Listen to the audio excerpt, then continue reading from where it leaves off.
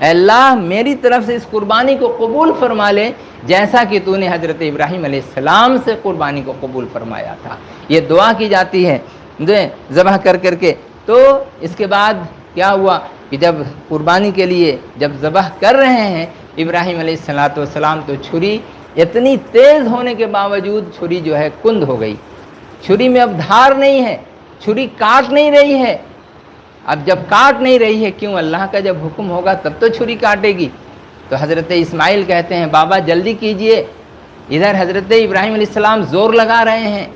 اسماعیل کہہ رہے ہیں ذرا زور سے دبائیے۔ اب اس کے بعد مارے غصے میں چھری کو جو ہے حضرت ابراہیم علیہ السلام جب گاڑ دیتے ہیں نیچے، تو چھری بھی ادھر سے کہتی ہے مجھ پر کیوں خفا ہو رہے ہیں؟ اللہ کا حکم ہی نہیں ہے کاٹنے کا، تو میرے اندر طاقت کیا ہے کاٹنے کی؟ میں کیسے کاٹ سکتی ہوں؟ جب اللہ کا حکم ہوگا تبھی تو میں کاٹ پاؤں گی۔ اب بتلائیے یہ کتنا، یہ سب راز و نیاز کی جو باتیں کتنی اہم باتیں ہیں۔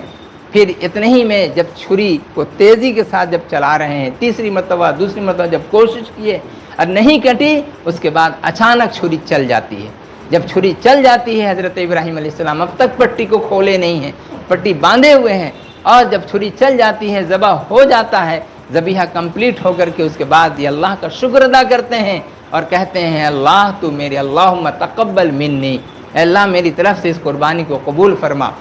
حضرت ابراہیم سمجھ رہے ہیں کہ میں نے اپنے بچے کو ذبح کر دیا، میں نے اپنے بچے کی گردن پہ چھری چلا دی، یہ سمجھ رہے ہیں۔ لیکن ابراہیم علیہ السلام جب ذبح کے بعد اپنی آنکھ سے پٹی ہٹاتے ہیں تو سامنے دیکھتے ہیں کہ ان کا بیٹا اسماعیل علیہ السلام کھڑے مسکرا رہے ہیں، وہ ہنس رہے ہیں، اور جو ذبیحہ ہے ارے بیٹا تم، اور یہ ذبیحہ کہاں سے، یہ کیا چیز، یہ دمبا کہاں سے آیا؟ بولے حضرت جبریل علیہ السلام نے لا کر کے رکھ دیا۔ پھر سجدے میں گر گئے شکر ادا کرنے کے لیے، اللہ کا شکر ادا کرنے کے لیے۔ اللہ تو کتنا مہربان ہے، میں نے تو کوئی کمی نہیں کی تھی، میرے اندر کسی قسم کی بھی کوئی بھی ایسی غرض، دنیاوی غرض نہیں تھی جس کی وجہ سے اے اللہ میں تیری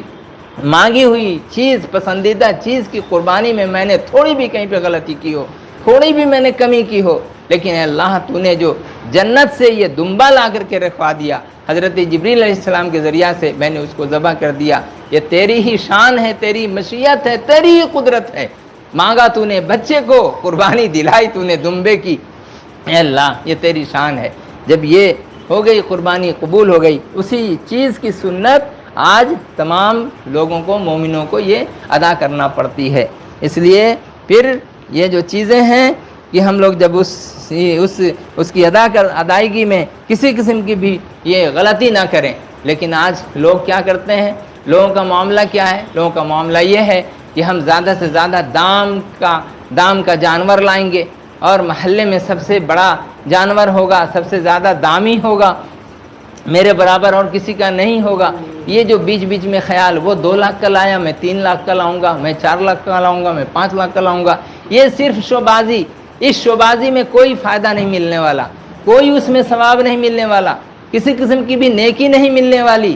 نیکی کہاں ملے گی؟ جو ایک نمازی بندہ، پرہیزگار بندہ، ذاکر بندہ، نماز وظیفہ قرآن کی تلاوت کرنے والا بندہ، تقویٰ کرنے والا بندہ، اخلاص کے ساتھ، محبت کے ساتھ اگر ایک چھوٹے سے جانور کو بھی، چھوٹے سے جانور جن کی قربانی کا حکم ہے وہ جانور، ایسا نہیں کہ جانور سے مراد اب کوئی ہم مرغا ہی لے کر کے ذبح کر دیں اور اسی کی قربانی ہم کر دیں، نہیں، قربانی کی یہ کسی مرغے کی قربانی وغیرہ نہیں چلتی، نہیں جائز ہے، بلکہ قربانی اگر کرنی ہے تو بکری کی قربانی، خصی کی قربانی، بھیڑ کی قربانی، میڈھے کی قربانی، دمبے کی قربانی، اونٹ کی قربانی، گائے کی قربانی، بھینس کی قربانی، ان سب کی قربانی جو ہے وہ چلے گی، ہرن کی قربانی نہیں ہوگی۔ ان سب چیزوں کی جو بتایا گیا ہے، مرغی اور مرغا، کچھ لوگوں کا ایسا خیال ہے کہ اس زمانے میں 100 روپے میں ایک جانور ملتا تھا، آج 100 روپے میں 150 روپے میں ایک مرغا ملتا ہے، تو کیوں نہ اس ویلو کے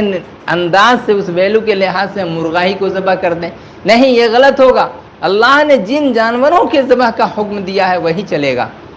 یہ اگر ایسا سوچتا ہے کوئی تو یہ گمراہی ہے، اللہ اور اس کے رسول صلی اللہ علیہ وسلم کے حکم کے خلاف ہے، ان کی مرضی کے خلاف ہے۔ دوسرے یہ کہ اخلاص و محبت کے ساتھ وہ قربانی کریں اور اس کو 3 حصے لگائے، 3 حصے کر کے اس میں ایک حصہ غریب مسکین کے لیے، دوسرا ایک حصہ اپنے دوست احباب رشتہ داروں کے لیے، اور تیسرا حصہ جو ہے وہ اپنے لیے۔ یہ 3 حصہ رکھ کر کے اس کے بعد اس کو کیا کریں کہ اس قربانی کو اپنا اچھا۔ اور بھی اس میں ایک مسئلہ یہ ہے کہ بہت سارے لوگ ہیں کہ جو حصے کی قربانی کرتے ہیں، تو حصے کی قربانی میں یہ یاد رہے اچھی طرح سے کہ کہیں ایک آدمی ہے جس کا LIC نہیں ہے،